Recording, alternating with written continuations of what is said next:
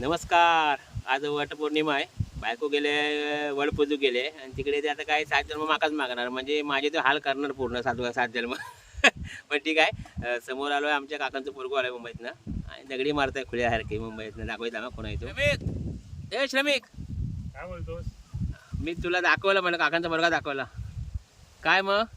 व्यवस्थित दाखव, सांग लग्न झालेलं. हा, लग्न झालंय पण भयाकडे झालं काय कसं गेज बघा. हे बघा, आता आलो इकडे. कसं वाटलं तो काय कोकण कसा वाटला? कोकण तर एक नंबरच आहे, भारीच आहे. मस्त वारा वगैरे मस्त आहे ना? एक नंबर. एक नंबर ना. तू काय सांगशील लोकांनी, काय सांगशील एकंदरीत? लोकांनी काय सांगू, हा. काय सांगू? काय सांगशील? तुझ्याकडे बघून एकच मला वाटतं, हा, सगळं सोडून द्यायचं. पैसा दाग दागिने का आपण काय कुठे घेऊन जाणार नाही. माणसाने जगावं कसं हे त्याच्यावर निर्भर करतं आणि मला तुझ्याकडनं शिकायला भेटतंय.